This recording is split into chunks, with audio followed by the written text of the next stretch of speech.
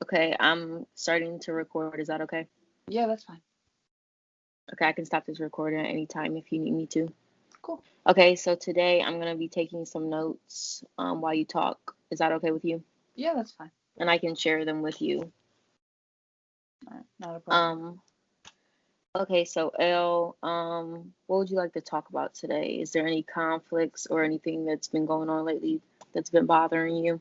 Yeah, so background information, I have BPD. So my attachment issues, like there's just been a lot of underlying situations that have kind of contributed to like angst when it comes to trusting people, wanting to hang out with me, and like my attachments, all of that shit. So I am starting to talk to somebody. We've been talking for not starting.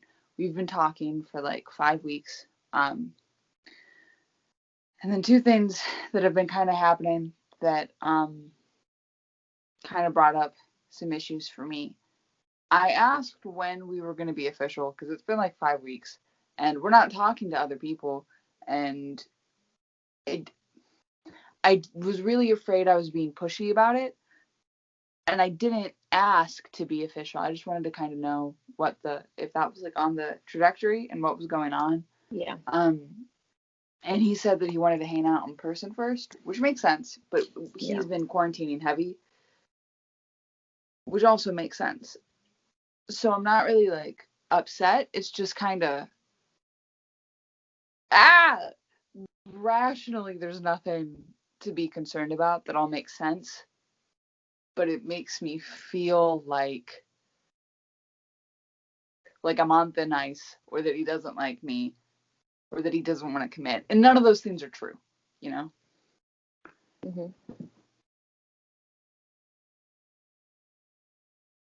So that's the things that have been bothering you lately. Yeah. And then I'm always the one asking to FaceTime and like Yeah. always trying to set up stuff to do with him. But today I talked to him about that and I like used some therapy skills and dear manned it and like was like, hey, I know you do a lot of things to make sure that I feel like appreciated and cared for, and I acknowledge and notice these things, and I'm very grateful for them. But when I'm always the one asking to do this, it makes me feel XYZ, and it would be really cool if you could ask sometimes. And he was like, "Oh my god, I'm so sorry. I didn't even think about that. I'm a dude. I think with my dick. I'm sorry." So like, he was really cool about it. Okay, so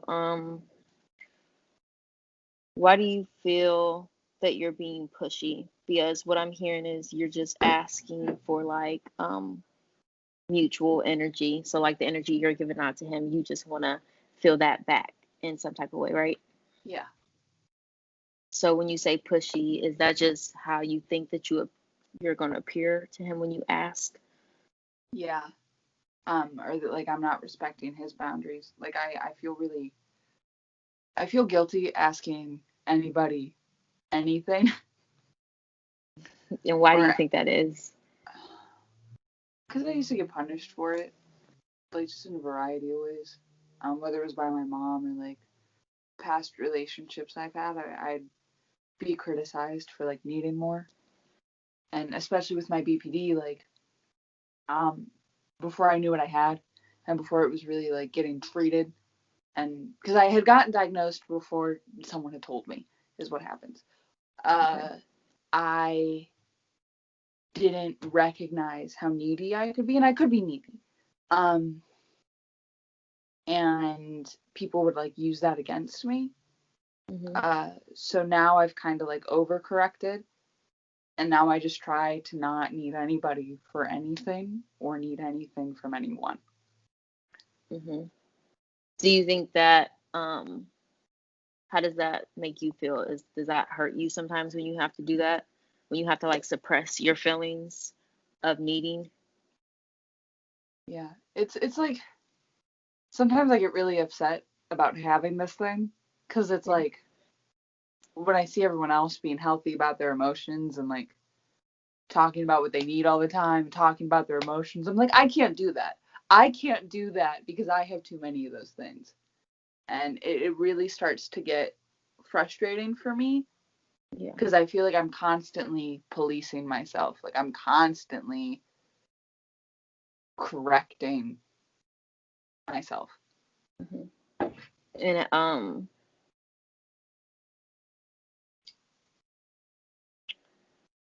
okay, so when you said that you were waiting to see when you guys would like become like official, right? Or start Mm-hmm. dating. He said that he wanted to hang out first, is what I'm Yeah. hearing. Okay, and how did you feel about that? Were you Like that makes understanding?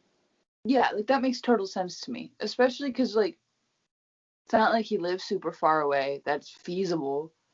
It's just not feasible with the pandemic. Um, but it's really just a label. Like I don't feel like I mean certain girlfriend privileges that I'm not getting now, and that's normal and fair. But Hmm. I'm the only person he's talking to. I talk to him all the time. We like I'm not missing anything from that right now. I don't need it. It just kind of felt like he didn't want me. And you know that's not true, right? Right.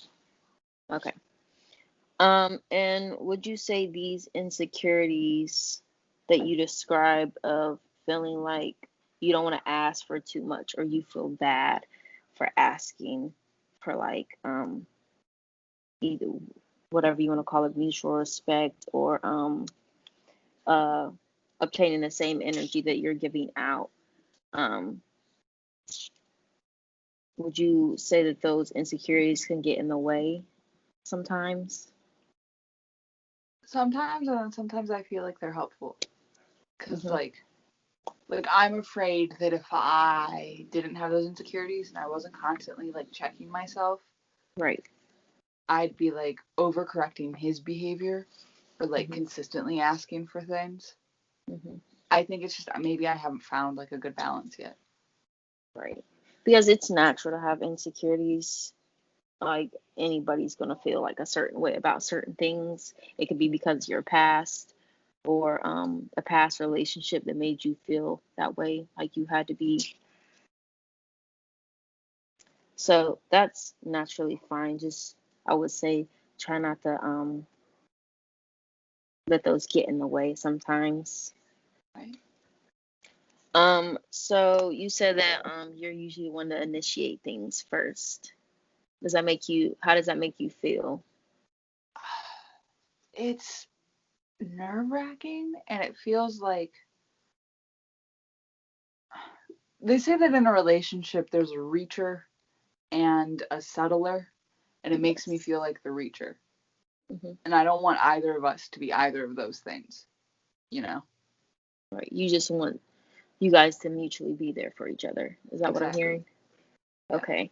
So, knowing that you have these attachment issues that you stated before and feeling like you're the one initiating things very often, um,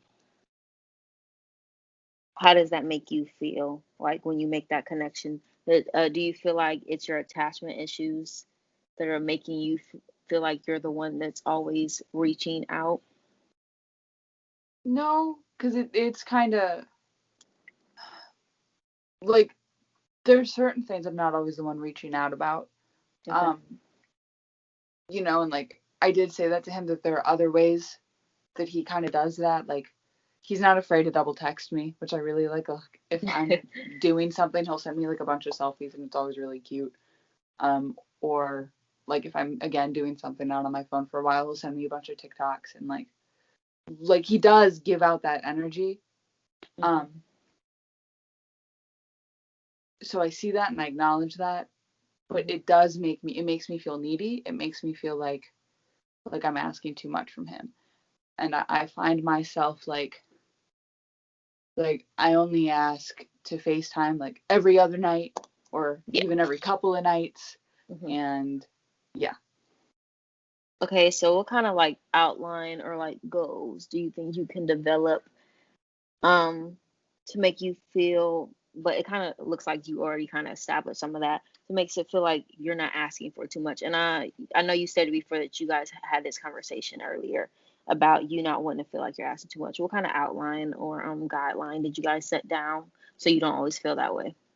I just asked him to start asking me to FaceTime more. And I I didn't tell him this, but I made a commitment to myself to not ask. Like, just before the next time, I'm not asking to do it.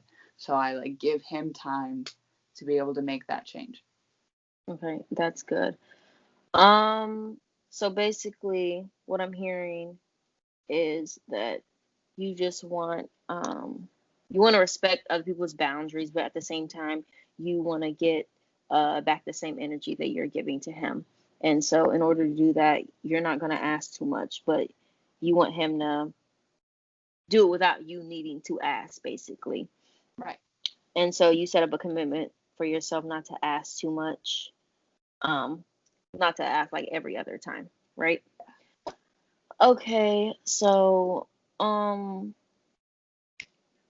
I'm not really gonna give you anything to do. Okay. It looks like you had already set up a guideline for yourself, which I think is good because you've seen a problem and you addressed it with him, which I think is very good. And then you kind of set up your own plan of action to help the way that you were feeling. So I think that was very good. Thank you for having this conversation with me. Thank you. I'm gonna stop recording now.